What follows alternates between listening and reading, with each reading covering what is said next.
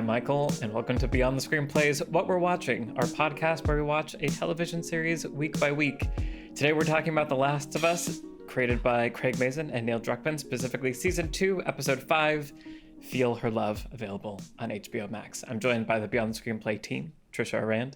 Hello, everyone. Brian Bittner. Hello. And Alex Calleros. Don't hurt me. I'm in a red hallway. What else can I do? I have no choice but to. We'll get back to that. There are no other buttons to press. Yes. All right. So here we are, episode 5. Before we jump in, just a quick note for people that might be new to the podcast. We're finalizing our summer schedule season. So what we do is we do little seasons of collections of episodes where we pick movies that are all of a theme, talk about them, analyze them, extract lessons. And so we are putting the final touches on a fun summer season, and that'll be coming soon. So keep an eye out, like and subscribe so you don't miss that. But first, Seattle Day 2. Here we are. So this episode was one of the shorter episodes. A lot happened, kind of. Like a lot of disparate things were included here, starting from what I thought was a really effective cold open, where we do this kind of slow reveal. We're dropped into the middle of this hospital, and we're kind of with the WLF and what's going on. We reveal that it's in the air. I thought that was like an interesting thing to bring into the show at this stage, and kind of an interesting evolution there. So that was cool. That also bookends the episode because, events transpire that lead us back into this B2 level that they're talking about. So from an episode construction standpoint, I thought that bookending was cool. We get more time with Dina and Ellie. They admit that this is a terrible idea and push forward anyway. Multiple times. They struggle with it. And we have some Deus Ex Machina Jesse showing up, and I do like my Jesse, so I'm happy to see him. But Deus Just Machinas. No, there. I knew it was somewhere in there. We get a little bit of time going through Scar's territory, right? The cultists, and then we end up in the hospital with Ellie killing Noran, and the kind of iconic and dreadful red hallway scene from the game, which I want to talk about. So this was a really interesting episode for me, because there were parts where I was really into it and really liking it, and I was like, yeah, you're doing those things that you do really well. The action was tense, but as we talked about in the previous episode, character motivations were still very hard for me. And I feel like with the believability of the universe is such that I am so afraid of, if you get bitten, that's it, people that aren't Ellie. This is a really dangerous thing that you're doing, and you're kind of acknowledging that it's dangerous, but you're willy-nilly taking risks, and you should be dead were it not for the magical appearance of a Jesse. And so that was hard for me, and I think a lot of ground had to be covered kind of literally in this short period of time that felt like it was pushing characters to do things at a more rapid pace than I felt was believable. So I was struggling. There were parts where I was like, some of this is like stuff I've enjoyed as much or more than any other part of the season, and other parts were still that like bumpy ride. So that's kind of where I'm at. Trisha, I want to hear from you again as a non-game player, because it's getting really hard for me to detach myself from the game experience. But yeah, what are you feeling after this episode? Yeah, I want to clarify something really quick, which is I'm a non-game player because I don't like horror things. I mean, I also don't really play video games, but I don't like horror things. And remember when you guys were like, hey, we should watch this show and you'll really like it. And I was like, isn't it a horror thing? And you were like, no, it's a character drama. It's fine. You'll like it. In this episode alone, there was a pile of corpses. There was a disembowelment. There were so many stalkers. And then there was the red hallway scene. And wowzas. Wow. Yeah. So I'm mad at you. I thought of you during this episode, Trisha. Thank you. I feel like I was tricked. All of that aside, because that's just me stuff. I will say it kind of speaks to a tonal thing, though, that I do think this season in particular is wrestling with. I thought that there was a really strong tonal consistency in the first season. And even the moments of graphic violence and horror felt grounded in the story world for the most part, as we talked about in our season 1 conversation. And with this, I think I'm struggling with the tonal consistency in this season.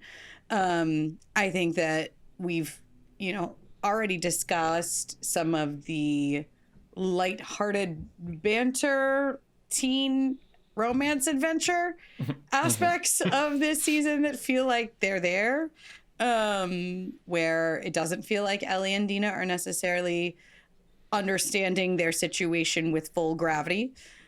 And then there are really graphic and really horrifying scenes and sequences that almost feel out of place and out of step.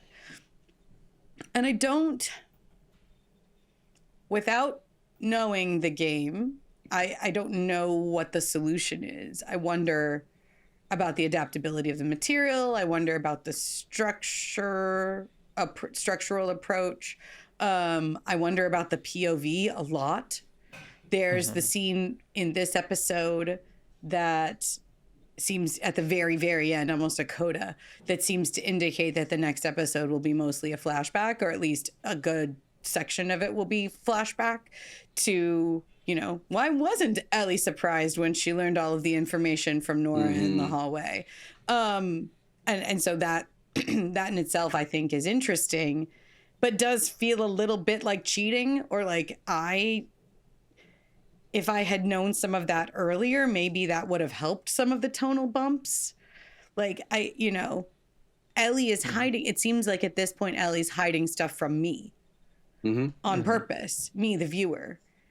And that's really frustrating because it's not giving me the complete information about Ellie's motivations and who Ellie even is at this point. Like, if Ellie knew this information and Ellie's coming here anyway, then who the hell is Ellie? Like, I don't know. There's so much that I feel like I'm struggling to grasp a hold of, episode to episode. Now, so game players will have more context, obviously, a lot more context than me.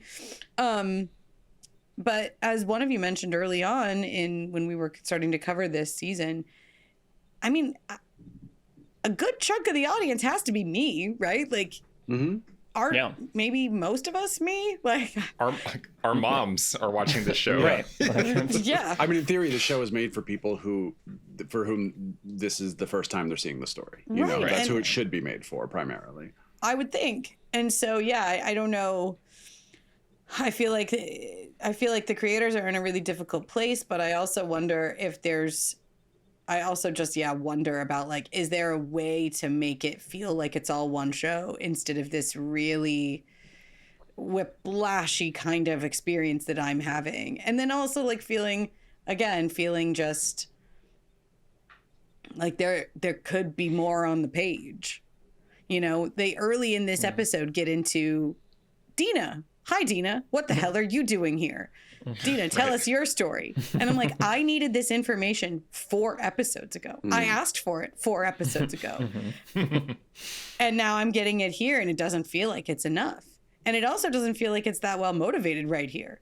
They come around a corner and there's a random pile of corpses, and they're like, now let's talk about why we're all here. I don't know. I have to get back to that scene. But there's just some stuff where I'm like, I don't know if this is all as tidy as it could be to make it all feel of a piece.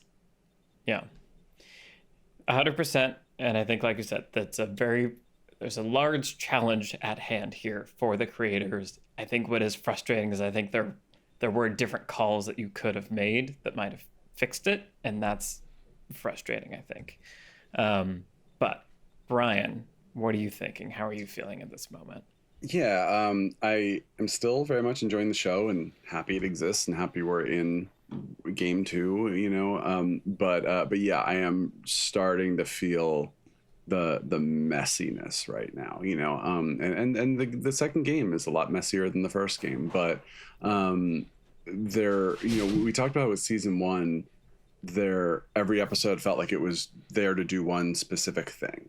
And it was kind of like, here's this story, we're going to meet these characters, and then we're going to go through the thing, and then we're going to, next episode's going to be 2 weeks later, and we move on.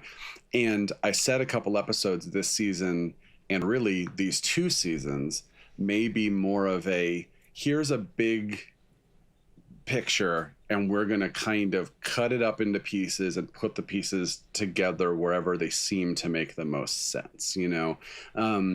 And that's not necessarily a bad thing, but it is, as you just said, Trisha, it makes things feel less tidy. It makes things feel like I'm not going to know till the end of the season how I felt about that way I felt in episode 3. I might not know till the end of next season how I felt about this thing that I felt in episode 4. You know, random episode numbers that I'm giving. But you know, like the keep going scene would have been a really nice finale to last episode, right, where they're on the rooftop, you know, or they finally, like, they admit they love each other and everything, so we can go back. Like, no, we have to keep going, here's why, you know. And it's like, great, cool, done, you know. And then we're not having the questions we had last week, and we're not also feeling like it's out of place this week, right? The flashback ending of this episode, totally fine, I have nothing against it, but it feels like this is a teaser trailer for next week, you know. And so it's this kind of which, like, you know, season 1 did that too with like Sam and Henry. They sort of show up at the end of one episode and then we pick them up. That's not a bad thing necessarily, like I said, but it is starting to feel like we're just kind of like, here's all the stuff, and we're going to kind of give you some amount of stuff every episode rather than give you an episode that feels like a fully formed thing. And then the other thing that I'm really struggling with is the control of information here, as you were also touching on there, Trisha. The game, without saying too much, like, the game very carefully, in my mind, says, here's Abby, who is an absolute villain, and here is Ellie, who was wronged, and good person gonna go get revenge against bad person. And then slowly feeds you these breadcrumbs that go, actually, here's Abby's motivation, just so you have a better context of who she is. Here's some stuff about Ellie that maybe we didn't reveal yet. And now that you know that, does that change how you feel about them? And then it kind of plays with that as it goes along. Here in the show, it's like, episode 1, here's Abby's motivation. Episode 1 and 2, here's Abby's motivation. Here's everything about her, basically. Now, very early on with Ellie, she knows about what Joel did. That is revealed in the game, but revealed later. So now it's like, okay, I don't feel like I'm being taken on this like masterful, perfect control of information, perfect breadcrumbs at the right time. I feel like I'm kind of like, I don't know what I'm supposed to feel about any of this yet. And again, I have to reserve judgment until I see how this is all playing out, you know, over the course of a season, and really 2 seasons, to really know how I feel about it. But right now I'm starting to feel less confident in all of it. Yeah. To be clear, I don't think we were told early on explicitly that Ellie knows what Joel did, just they had a rift between them. I think in the game, we find out very late. Even later than now. Yes. Yeah. Okay. Well, not very, very late, but yes, later than this. Yeah. So basically, probably, you don't talk about when, but yeah. It is a flashback, but it is later. It's even later than the red hallway scene. Fascinating. Yeah, exactly. Yeah. So that's why I was like, oh, I don't know that I want to know that yet, or that I want other people watching the show for the first time to know this yet. You know. Interesting. And then the other thing, finally, I'll say, is I'm starting to feel very frustrated listening to Craig Mazin talk about the choices he made, because I listened to the official podcast and I watched a little wrap up at the end of every episode. And it's like, when he talks about the writing choices he made and what they mean, he's so smart and articulate. And I'm like, that sounds great. I wish I had seen that in the episode. You know, he's like, this choice that Ellie has to make in the ice cream parlor, depending on what flavor she chooses, it's the most important choice she'll ever have to make in her life. And if she chooses wrong, she'll lose 3 toes. And I'm like, I just want to go up and order order ice cream. Like, what? Like, really?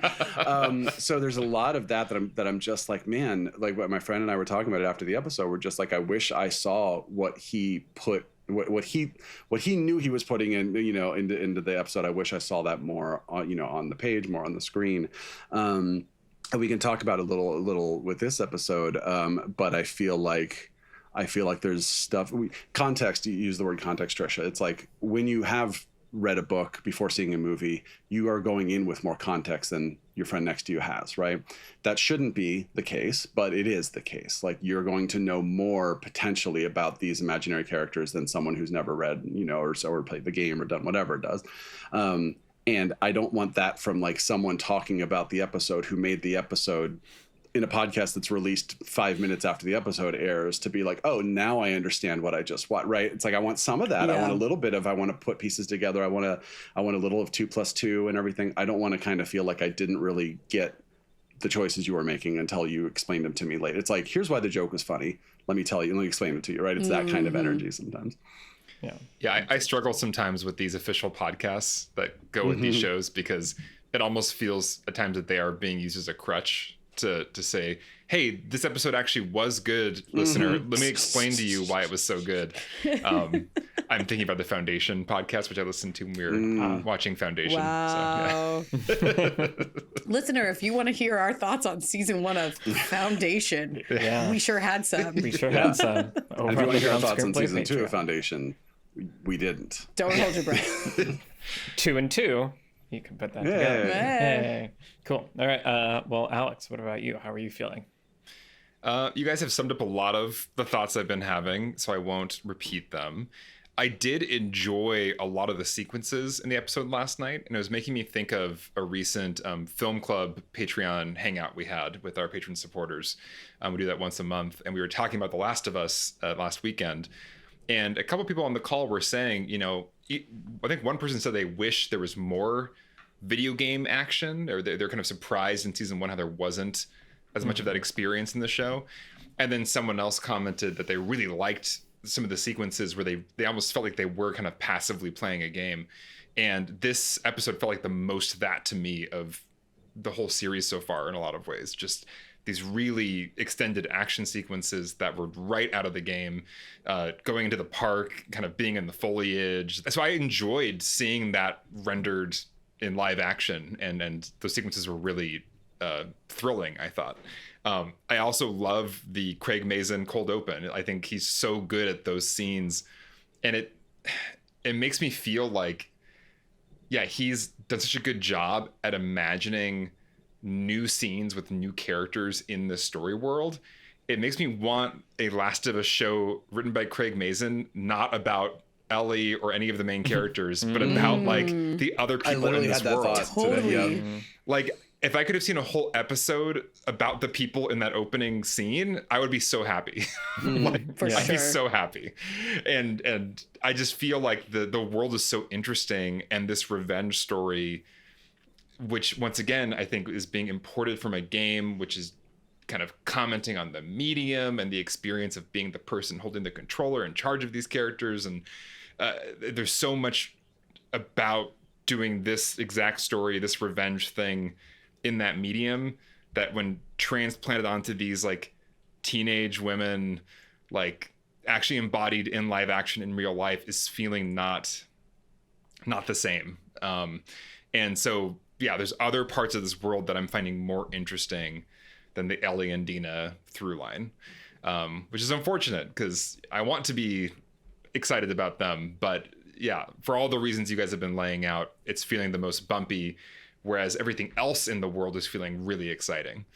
So I very much agree. And in that film club, we also talked about this kind of idea came up of like adaptation versus translation. At least that's how it came up in my head. And to me, those two things mean slightly different things. And I think what was impressive to me about the first season of The Last of Us felt like it was a story translated from from one medium to another by someone who like spoke both languages. So like I heard a story in video game language, now let me tell it in TV language. And it felt like it was beholden to like the soul and the important like parts of the original narrative, but had the freedom to do its own thing and be more of its own thing at times. And this season to me feels much more, we are adapting this material. We gotta hit these beats. We gotta get to these scenes, whether it makes sense for our characters or not. And that's frustrating, I think, for the reason, like you're saying, it like a lot of the new stuff is actually what I find the most compelling about this season. And I think there's room to do that a lot more with this story. So I think it's also interesting how much they're choosing to adhere to the game and that kind of thing. Sorry, go for it. Just going off of what you just said, I think there's this feeling of like hitting your marks. Like yeah. We're gonna get to the hospital in this episode. We're gonna get to this place and this place and this place. These are iconic places from the game where iconic things happen.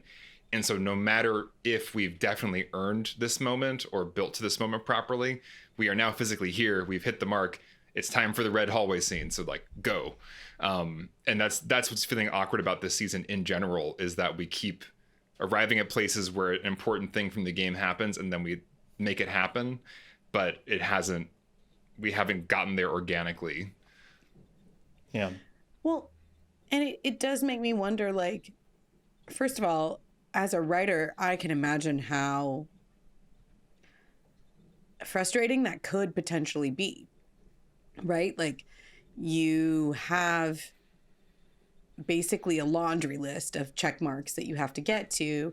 And we've talked about this before when it comes to like sequels or whatever, right? Where basically a studio hands you have to have this thing and this thing and this object and this line of dialogue and all of this BS that you have to incorporate into your 8th movie or whatever that you're writing, because we're a studio and that's all we care about. And that could be really confining. I think, though, if that's the case, it just makes me wonder, like, why not then reverse engineer it? Like, why not, if you have to end up in this red hallway? Like, I was very sure that they were going to kill off Dina and the baby in this episode. Or, like, at least leave Ellie thinking that they've been killed off, right? And I was like, if Ellie is going to do the darkest thing in the dark place, then we're going to need a turn. Right? There's gonna thank you, Michael. Then we're gonna need a turn, right? Because that isn't the Ellie that I'm familiar with up until this point. Right. Or like even if there had been more steps along the character journey, then one of them is still going to have to be a departure, right? Like, I simply haven't seen anything from Ellie like what I see in that hallway up until this point. Not even close. Like, the only people that I've seen Ellie kill are like infected, and that's not even a person in the world of the story, and that evil cannibal pastor guy. Like, end of list, pretty much. And the one guy in the news that she stabs in the neck. Oh yeah, last episode. Yeah. Again, it's a hand-to-hand combat sequence. Right. That guy's gonna shoot her for sure. It's not like this is a big turning point for Ellie. No. Right. And so I just don't like. It's such a leap. The character consistency, the internal logic has not built to that point. But if you have to get there as a writer, then you have to build it out, like build it back in some way. Put the beats along the way, like even if they're not in the game. I don't care if they're in the game or not. Right. Yeah. She's got to get there somehow. And again, it would help if I knew some of what's going on. If I knew who Ellie was, if I knew she knew what Joel had done and still had set off on this revenge plot, if I knew that whatever was going on with her, with Joel, having lost Joel, is torturing her so much that she can't sleep anymore, or she can't function anymore, or she can't save her pregnant girlfriend from this dumb revenge plot. I need to know all of those things along the way. And they need to be like, to be honest, they need to be like flagged and signposted for me along the way. I need to see a close up on the character face where I see that she's taken another step toward the dark. And here's another step toward the dark. It simply has to be done in this language, as you're pointing out, Michael. Give it to me in TV movie language, because I need it. Otherwise, then I'm just like, well, now this is a horrifying turn, but I don't feel it in my soul the way that I could if it had built to this point. Yeah. Well, it feels like a good time to talk about the way the game does it. Okay. If I may, Michael. Yeah. The Okay. red hallway scene you're talking The about? red hallway scene. Yeah. I have to talk about it. There's catharsis from years ago that I still need to get out. Yeah, so. good. I want to hear your thoughts too. But I think it's a good, going off of what you just said, Trisha, because in the game, it very much, this moment is built up. It does feel like the logical next step in Ellie's journey. Fascinating.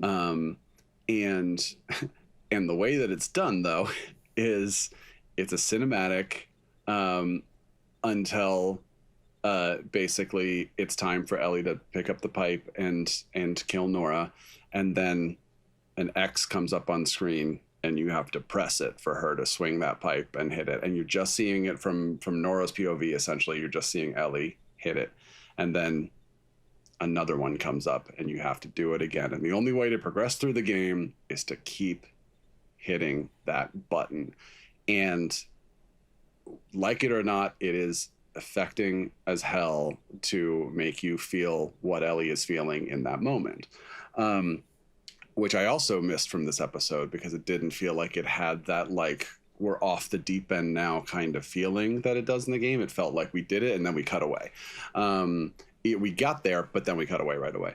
Now, to your point, Trisha, what I was hoping for over the past couple episodes was maybe this is a switcheroo where we are hiding what's really going on underneath the surface with Ellie, as we do a little bit in her speech to the court about, you know, like, I'm not in it for revenge, I'm in it for justice, da da da. And then in some of the like fun banter teen adventure stuff with Dina, I was like, ooh, maybe we're gonna make the red hallway scene be like as big of a 180 as possible, but in a way that feels earned, in a way that feels like, oh man, you did it, you pulled the rug out from under us. And instead, it's everything you're talking about, I think, Trisha, which is just, it's messy. Again, I'm going to use the word messy, which is like, it feels like some of those steps were there. So it's like some of the steps were there to make it feel earned. Some of the steps were there to make it feel like a 180. And it was kind of not really either. It was just sort of like, now this is the next thing on the checklist, so we're gonna have to do this now. So I feel like this was the moment I was waiting for to see how it did it, and it felt like it kind of went, man, you still, like, that wasn't what I was hoping you were going to deliver with that moment. I guess I don't know what a good 180 version of this looks like, because Neither there's things that are like, to see it. yeah, there's things that are twists where it's like, Mm-hmm. oh, I'm so glad I knew nothing about this until it happened. And then there are things that are like the inevitable but shocking conclusion of a series of events that has led to this doom, you know. And for those, we need all the things that Trisha was saying. And I think I never saw the red hallway scene as like a twist or a like, No. oh my God, it's a huge reveal. It's more of like the inevitable doom downfall kind of arc. It's like the last straw in a Yeah. series of straws. Yeah. Right. And I will say that in my experience of the game, I mean, well, I want to hear about Michael's rant. Mm-hmm. I was angry not because I was embodying Ellie's anger. I was angry at the game for kind of just being like extra cruel, and I wasn't with Ellie. I was not having a one-to-one Ellie experience. I was having a meta experience of like FU game. This is just kind of like grotesque now. And so it's just interesting how different people may have different experiences of the game. But even for me, the game didn't build to that point where I was like pressing the X and feeling like this is awful, but like I understand why it's happening. It did feel like a little bit of like, you know, a Lars von Trier film or something where it's just like, I am so European and grotesque. I will like push boundaries. Ha ha ha. It felt more like that to me than like the, you know, beautifully horrific, like inevitable conclusion of a thing. And so even in the game, it was tough. And so that's why I'm so with Trisha that if I were to adapt the game to another medium, I would try to like fix that for myself with solutions like Trisha put forward. Like, what if it appeared that the Dina had just died at the hands of the WLF? You know, like the worst possible thing had happened. Ellie has nothing left to lose. except for her rage and sorrow, and that has propelled her into this new mode. Like that could have helped. Michael, talk about the red hallway scene. Yeah, when well, you played the game. I don't want to take up too much time with this, but I think you're getting that this is a pivotal moment in the game, and one that sticks with you for forever. And probably most gamers, you could say Red Hallway, Last of Us, and they would know exactly and have feelings about it. So I guess it worked in that way. Yeah, it's absolutely memorable. I felt similar to you, Alex, where I literally almost stopped playing the game when I was like, you're going to make me do this because I was so frustrated with Ellie and I did not want her to do this thing. And now you're making me do this thing, and that's challenging.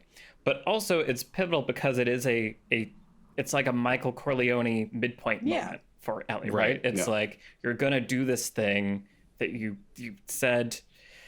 It's a commitment. And there's like no going back, right? This is going to take a toll on your soul. And that's like a huge thing. And I think the show wants it to be that. But as we're saying, it does not feel earned in that way. And so in the game, it's frustrating because it's like, I don't want you to do this. And I'm really upset at you, game, for making me complicit in this action. But that's what's so like fascinating about it. And I feel like to recreate both of those sensations needed some big swings and some maybe big departures from the source material, like we're saying, that have really been absent this season, which is surprising. Yeah. First of all, I just want to let people know that if they ever are in a situation where they have to watch something that they don't want to watch, or perhaps do something they don't want to do, the mute button is also there for you. And you can just turn the sound off. That's something you can do during this scene. Anyway. That's what I do when I play Alan Wake 2. When I played Resident Evil 2, when I was back in middle school, I would play the Big Willie style soundtrack from Will Smith, and that offset their coping mechanisms. Yeah, exactly. Sound is a great hack to get yourself out of a situation you're in.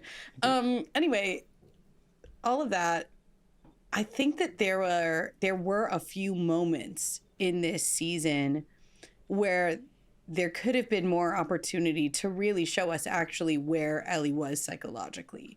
Now, I think you should have done it more. Like I mentioned earlier, like make her make choices, because action is character.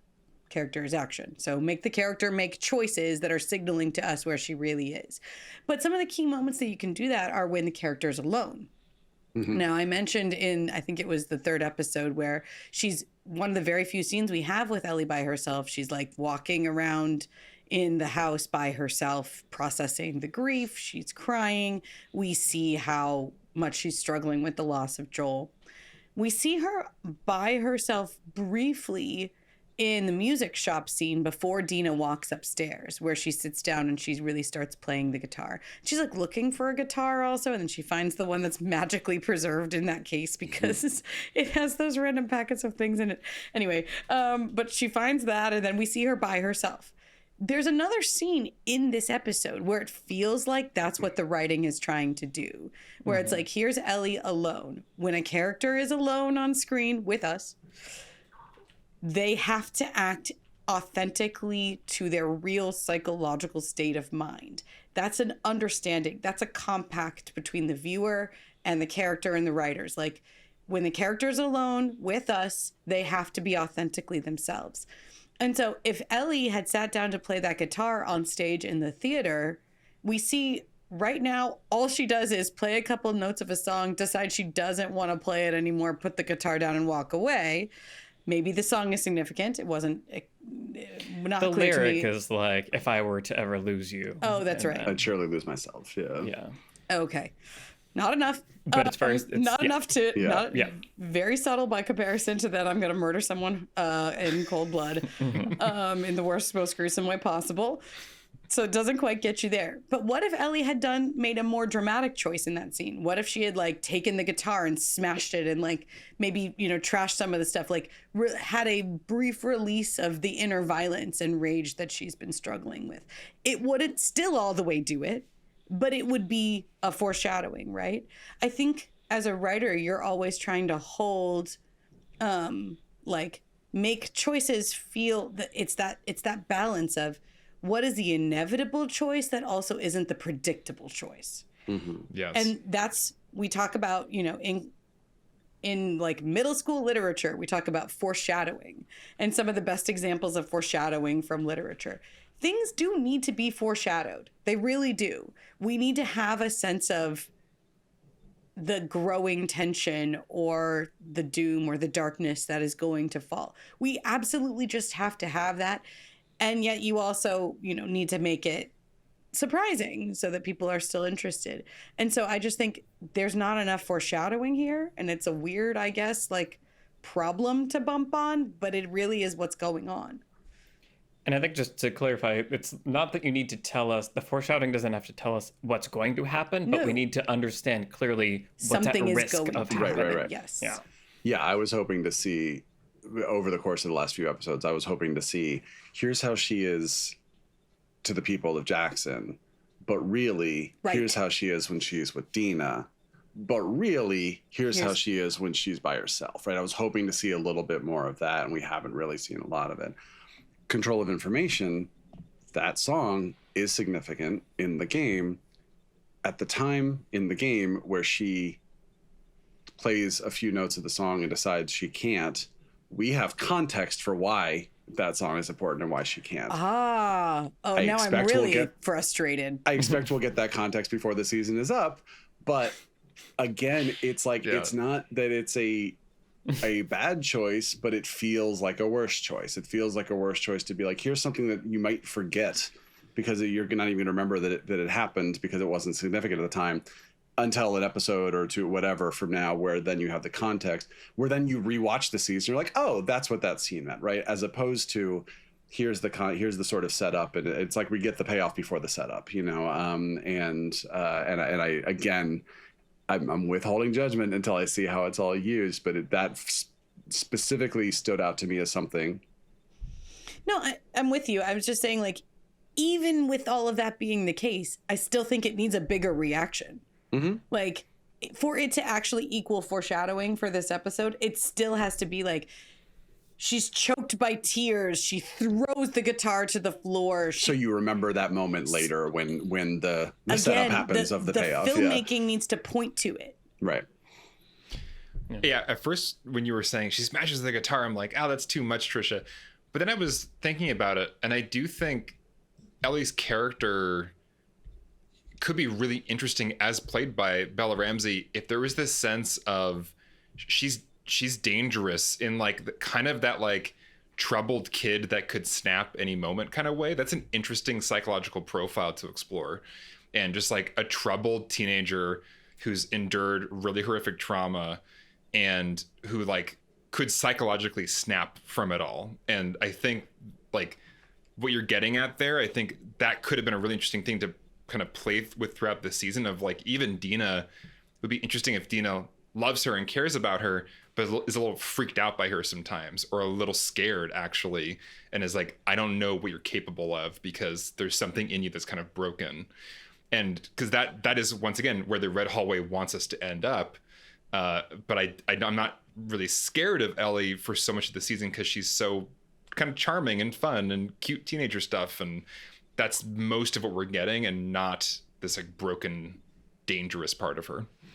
There could be, I love that idea, Alex. There could be bigger tonal swings where like the lighthearted moments are almost too lighthearted, right? Where they feel a little bit affected, and she's kind of laughing too much or nervously, to a point where Dina could be like, we're going to go kill some people, but let's keep it down, just some kind of something to indicate the instability. Yeah. One of the things we were also talking about on Film Club is the difference between game Ellie and show Ellie. And I feel like there is something to this idea that game Ellie feels like someone who is screwed up and has this trauma and is trying to be okay. You're hoping they're going to be okay, but it's not looking great as times are going on. And I feel like it's kind of the exact opposite for me with show Ellie, where like I feel like show Ellie is sweet and good, but she's trying to like be more or take act. Like it feels like a. So Craig Mazin said, he said she's trying to be Joel. She wants to. So it's like she's like forcing herself to make the choice with Nora, for instance, as opposed to it's coming out of her. Like she is deciding this is who I am. This is who I should be or want to be, which is interesting. Again, I would like to see that more. Yeah, and like I don't think there's anything wrong in changing that. But I think it's a different story and it requires different beats and different storytelling. Yeah, the events shouldn't be one-to-one from the other story, which is the deeply flawed, troubled person can't make themselves normal again. They're too broken. Yeah. To go down just a thought experiment path really quick, when you were talking, Trisha, about, setting this up or letting us see some of this motivation earlier, part of me, this is the editor part of me, wants to re-edit everything that we've seen. And what happens if you start this season dropped in with Ellie and some girl named Dina, and they're going to Seattle and you don't know why, and like that is intercut with the events of Jackson. And obviously that's not going to work out super cleanly, but the juxtaposition that you get, because that's a very powerful tool, if you could move the juxtaposition of like Joel's death with like hallway scene or like any of these other things, like that would put us in this kind of the same kind of psychological state that I think Ellie is supposed to be in, of like this wound is fresh for her and it could be fresh for us too. Lots of logistical problems, but like thought experiments to think about different ways of using nonlinear storytelling. I even had that thought of just the last two scenes of this episode, which is the red hallway and then the flashback, her in bed, sweet face, hey kiddo. I was like, what if you intercut her waking up, Joel comes in, red hallway, smack, you know, hey kiddo, red hallway, smack, about her, she smelled, you know what I mean? You'd have to earn that, right? You can't just change that. You'd have to make the episode feel like it's building up to that moment. But like even that feeling like this is a result of this, not here's this thing over here and also here's this thing over here. Yeah. Michael, you're gonna make me want the like Phantom Menace re-edit or whatever the Hobbit re-edit. Like I do think there's something really interesting about this season where you could cut it a lot of different ways. And I wonder if there is a different way it could all be assembled with the existing pieces to kind of pull out some of these arcs that we're missing right now. Yeah. If I had more time and was younger, I might do that. Exactly. Young us would have done it in a heartbeat. Would have absolutely done it. Yeah. Yeah. Well, and just quickly before we go, I will say too, for an episode that ends the way that it does, there's also so much else that's crammed in here that feels like a missed opportunity too, right? Like Ellie could have killed someone earlier in this episode, maybe right at the beginning of the episode. She could have had an encounter with there's a WLF sentry that finds the theater and they have to like kill him right there, and it's like maybe messy and kind of brutal and whatever, and they get out of it fine, but it again creates that foreshadowing. And with the world being as volatile as it is, it feels like there's lots of room for that. They nearly get killed by infected and WLFs and scars in this episode. Everybody almost kills them at some point. And instead what you have is this series of narrow escapes that strains credulity, to be honest, when they could have been used for character work. If you have all these action sequences, as Craig Mazin apparently was asserting, as you told us, Brian, in the last episode, that the action sequences are for doing character things, well, they kind of don't in this episode, and they could. Yeah. It's interesting. This whole thing is just quite, again, the experiment that we're getting to experience week by week. I look forward to some perhaps distant future day when we can talk openly about all the things. That's foreboding. Well, I think How I just read that, like, It's season 3. is, Yeah. like, Yeah, specifically like we have to multiple years from now. Yeah. Cool. Yeah. Because the game's being adapted across 2 seasons, so there's things If from this keeps later. being horror, though, y'all. I don't know. It's definitely more horror than season 1. I think they heard the note of more horror and more action loud and clear, and maybe have, to my taste, overcompensated a little bit. Yeah. I just need to stop watching it at night. Yeah. I'll echo something Craig Mazin said on the podcast and say that we find out what's on B2 of the hospital this season, and maybe next season we'll find out what's on B3, and that's all I'll say. Interesting. Yeah. Thank you motion there. Ooh. Yeah. IYK. Yeah. But I mean, Joel's back probably, right? A little flashback. We get some Joel time. Seeing him then in the episode, and like Pedro Pascal in like the happiest I've ever seen Joel. The charm, right? It was just like, oh my god, like this. What is this sunshine? Yeah. Yeah. And why did it take you so long? Perhaps we'll see. As Brian says, maybe all of this, once it's all over, it's like, oh yeah, all the pieces click together exactly. Yeah. I don't know. I want the re-edit. Exactly right. I want the re-edit where we get Joel throughout, and we're with Ellie more because we're thinking about Joel constantly. Yep. Yeah. Go internet. Go. Okay, well, yeah, this has been our conversation about episode 5. We want to say a big thank you, as always, to the patrons that make this show possible. If you want to support us and help us make more episodes and stay up to date on the new season that's coming out and get access to our exclusive conversations, like when we talked about the whole first season, we're going to do a recap reflection once the season 2 is done. So all of that is over on the Beyond Screenplay Patreon. So head over there. Thank you to the patrons that support us. Thank you to our producer, Vince Major. Thank you to our editor, Mike Worth, and the whole Nebula Studios team. I'm Michael Tucker, and I'm joined today by Trisha Rand, Brian Bittner, and Alex Calleros. And we will see you next week for Season 2, Episode 6, TBA. It's a weird name for an episode. It's a weird name, yeah. It's the same name as Episode 7, too, weirdly. Bye, everybody. Bye-bye.